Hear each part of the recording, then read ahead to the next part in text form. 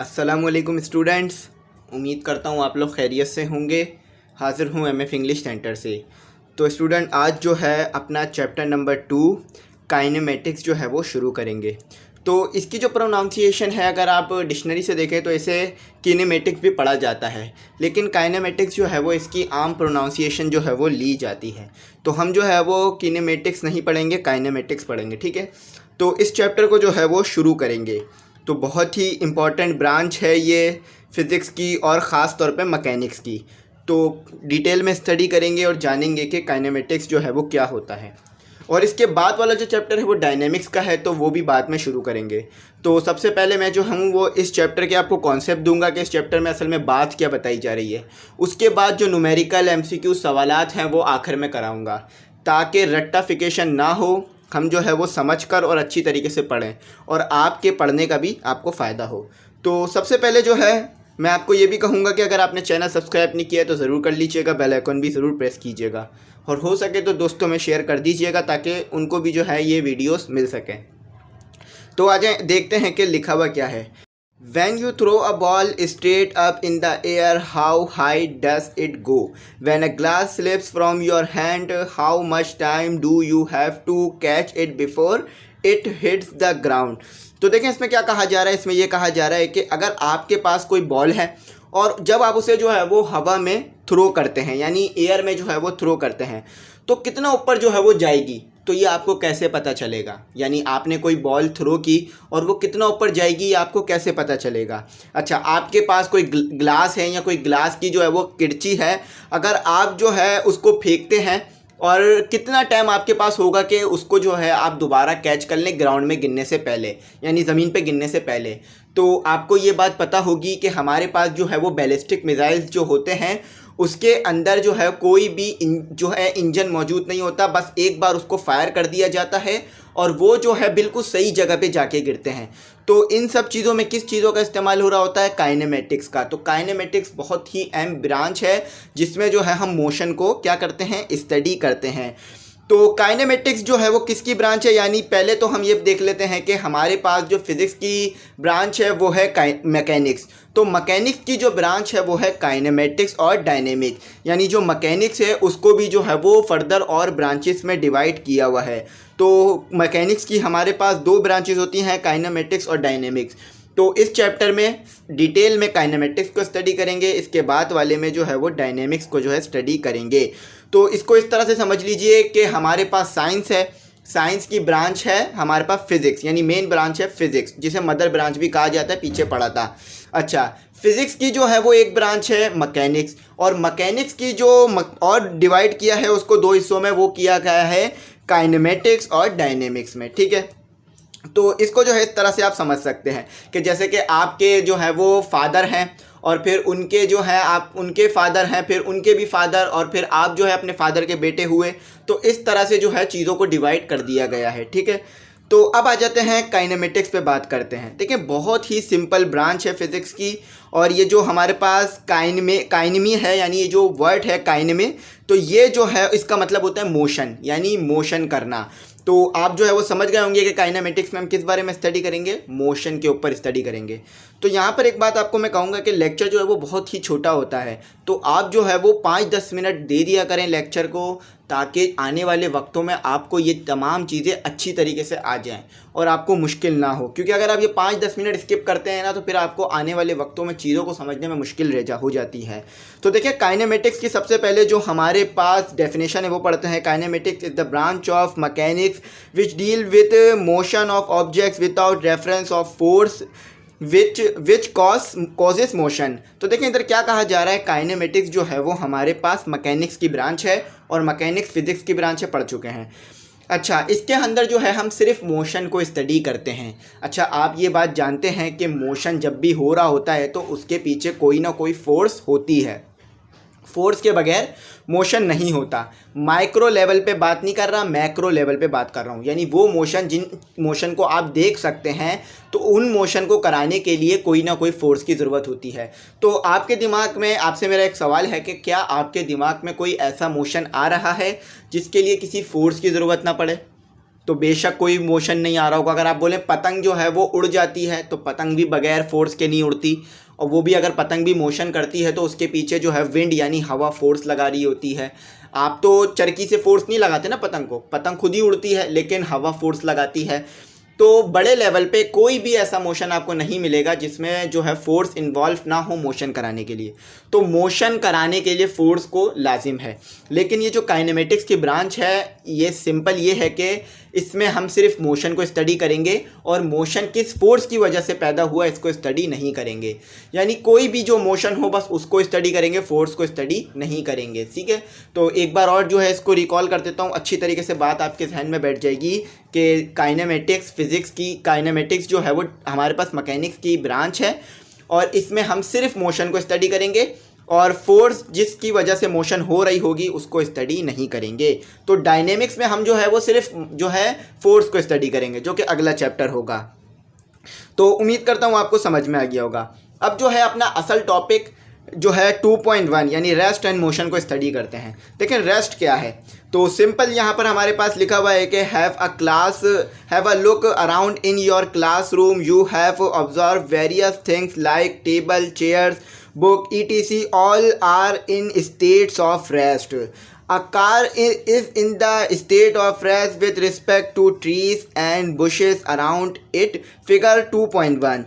Thus rest can be defined as. तो देखें यहाँ पर क्या बात की जा रही है कि अगर आप अपने क्लास में देखें या आप अपने जो घर में बैठे हुए हैं वहाँ भी देखें तो बहुत सी चीज़ें यानी हज़ारों की तादाद में चीज़ें, चले हज़ारों का नंबर तो बहुत ज़्यादा हो जाएगा, कई चीज़ें यानी कई दर्जन की तादाद में चीज़ें आपके इर्द गिर्द रखी हुई होंगी अभी आपके घर में। तो मैं भी जहाँ बैठा हूँ यहाँ भी बहुत सारी चीज़ें रखी हैं, लेकिन तमाम की तमाम क्या हैं, रेस्ट में हैं यानी रुकी हुई हैं। तो ये जो है कोई चीज़ मोशन ना करे, अपनी जगह पर है वहीं पर बनी रहे, तो इसको जो है हम कहते हैं रेस्ट, यानी ये जो है अपने रेस्ट में मौजूद है, मोशन नहीं कर रहा है।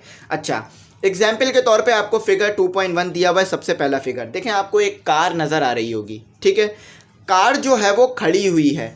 अच्छा, किसके करीब खड़ी हुई है, किसके बिसाइड खड़ी हुई है, पेड़ के करीब खड़ी हुई, ट्रीज़ के और बुशेस हैं यानी झाड़ियाँ हैं।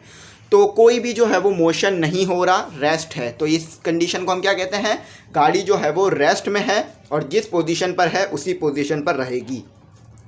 इस रेस्ट के मुतालिक जो है वो न्यूटन का फर्स्ट लॉ भी है जो कि आगे डायनेमिक्स में आएगा। ठीक है, तो अभी जो है सिर्फ रेस्ट को पढ़ेंगे क्योंकि रेस्ट भी जो है ख़ास इकसाम है, ख़ास किस्म है, उसको भी हमें समझना पड़ता है।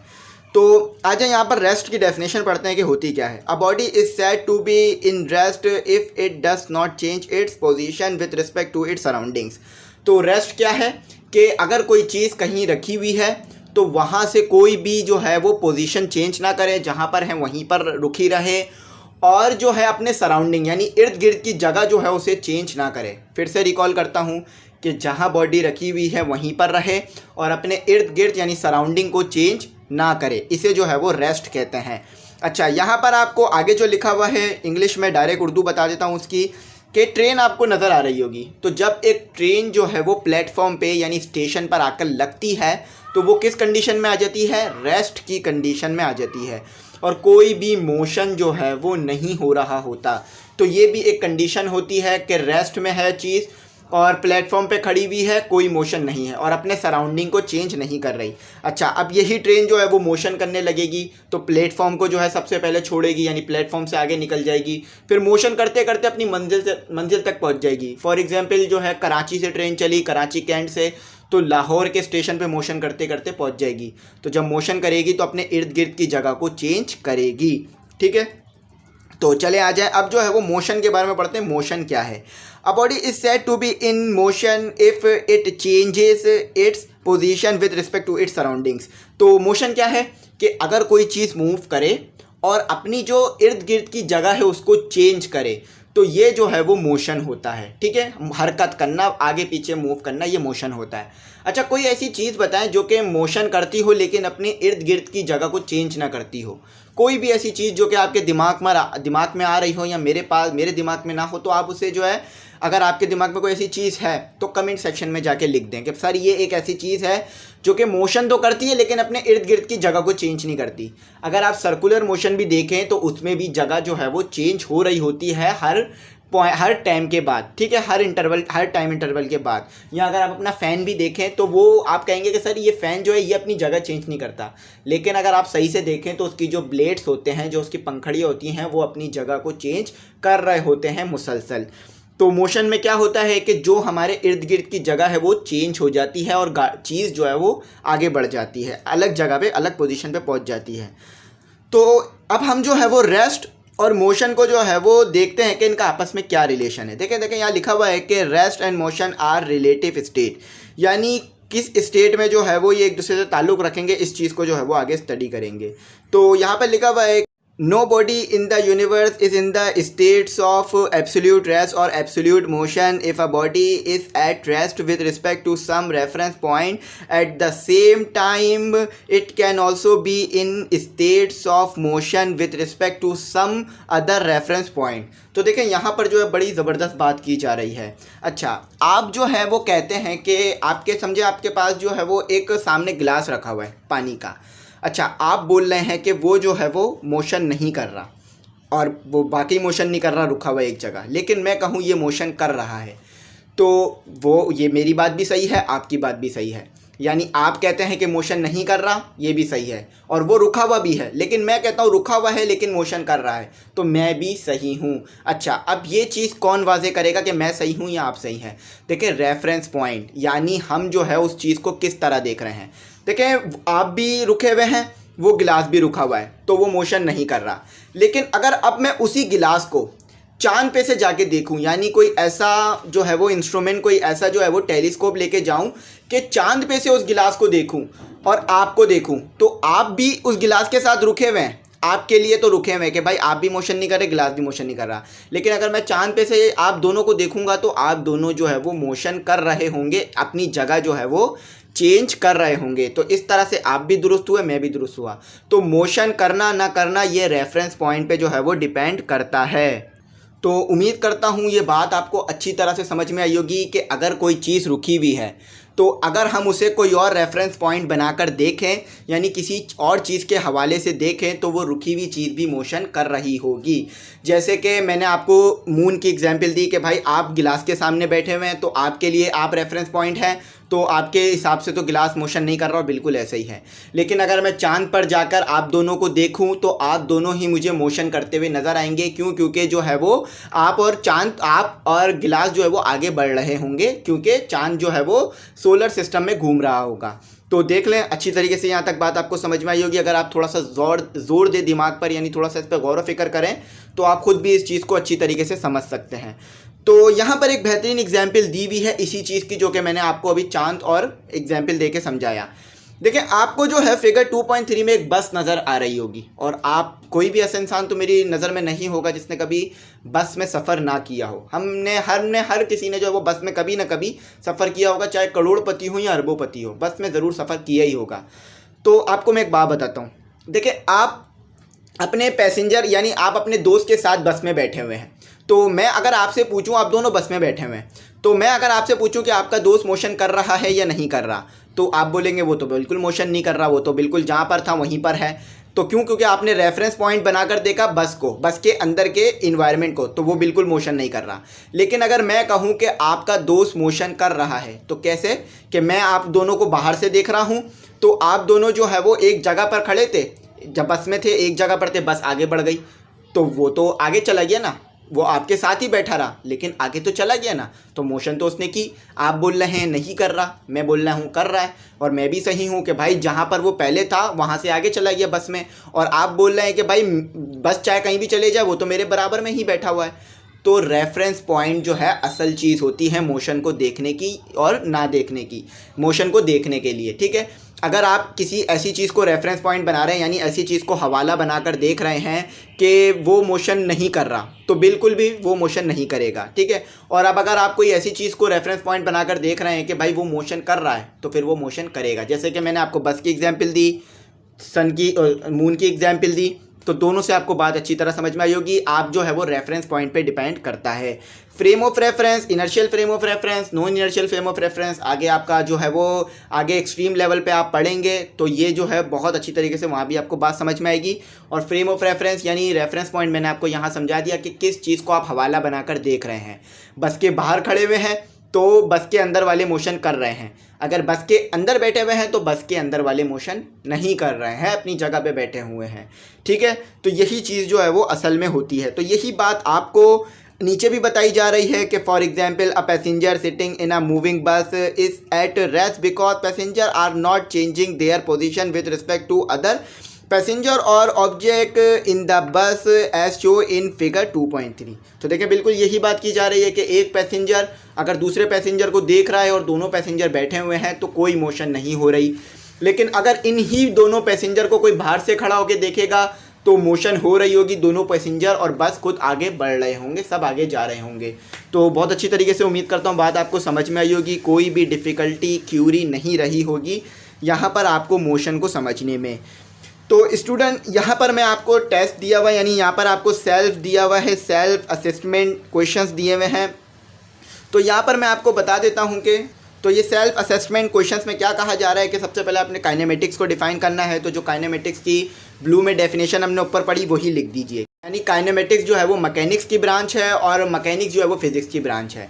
तो इसमें जो है हम स्टडी करते हैं सिर्फ मोशन को, और हम जो है वो किस फोर्स से मोशन हो रहा है इस चीज़ को नहीं देखते। ठीक है, और फिर आपको जो है वो कहा जा रहा है कि when is a body said to be in state of rest. तो जब बॉडी जो है वो स्टेट ऑफ रेस्ट में कहा जाती है या स्टेट ऑफ रेस्ट में होती है तो क्या होता है। तो ये जो है आपने चीज़ें बतानी हैं। तो ऊपर हम चीज़ें अच्छी तरीके से पढ़ चुके हैं और इंशाल्लाह नोट्स जो है वो बन रहे हैं। तो इंशाल्लाह आने वाले वक्तों में नोट्स आपको प्रोवाइड कर दूंगा। तो काइनेमेटिक्स अच्छी तरीके से मैंने आपको समझा दिया। तो ये हमारा टॉपिक 2.1 था। इसके बाद जो है टॉपिक 2.2 है टाइप्स ऑफ मोशन। तो मोशन की जो है मुख्तलिफ़ टाइप्स होती हैं, जैसा कि आप खुद भी देख सकते हैं। सर्कुलर मोशन होता है, ट्रांसलेटरी मोशन होता है और वाइब्रेटरी मोशन होता है। तो इसको नेक्स्ट जो है वो लेक्चर में स्टडी करेंगे और नेक्स्ट वीडियो में इसके बारे में जो है मज़ीद फर्दर डिटेल करेंगे और अच्छी तरीके से डिटेल में स्टडी करेंगे। तो उम्मीद करता हूँ ये लेक्चर आपको पसंद आया होगा और ये जो वीडियो है आपके लिए फ़ायदेमंद रही होगी। ज़्यादा लंबी वीडियो नहीं थी, तो वीडियो को पूरा देखा करें ताकि कोई भी बात स्किप करेंगे तो कुछ समझ में नहीं आ पाएगा। यानी अगर मैं आपको कुछ समझा रहा हूँ आपने स्किप कर दिया और कुछ समझ लिया तो फिर बात अलग हो जाएगी। तो वीडियो को पूरा देख लिया करें और अगर फिर भी कोई डाउट क्लियर ना हो या कुछ ऐसी बात हो जो मैंने बयान ना कर पाया हूँ वीडियो में, तो आप वो मुझसे डायरेक्ट जो है पूछ लिया करें। मैंने व्हाट्सएप नंबर दिया है उस पर पूछ लिया करें या फिर जो है वो कमेंट सेक्शन में मैसेज करके पूछ लिया करें। तो मैंने यहाँ पर एक बात और बता दूँ कि इंग्लिश के नोट्स मैंने बना लिए हैं, तमाम यूनिट के हैं, तमाम एक्सरसाइज के हैं। तो अगर आपको चाहिए हो तो व्हाट्सएप पे मुझसे कांटेक्ट कर लीजिएगा, प्रोवाइड कर दूंगा। और बाकी नोट्स भी बन रहे हैं, जैसे जैसे बनते जाएंगे आपको जो है मैं बताता जाऊंगा। नोट्स आप जो है वो कलेक्ट करते जाइएगा। तो यहाँ पर कहूँगा कि चैनल को ज़रूर सब्सक्राइब कीजिएगा, बेल आइकन को ज़रूर प्रेस कर दीजिएगा। Thanks for watching. अल्लाह हाफिज़।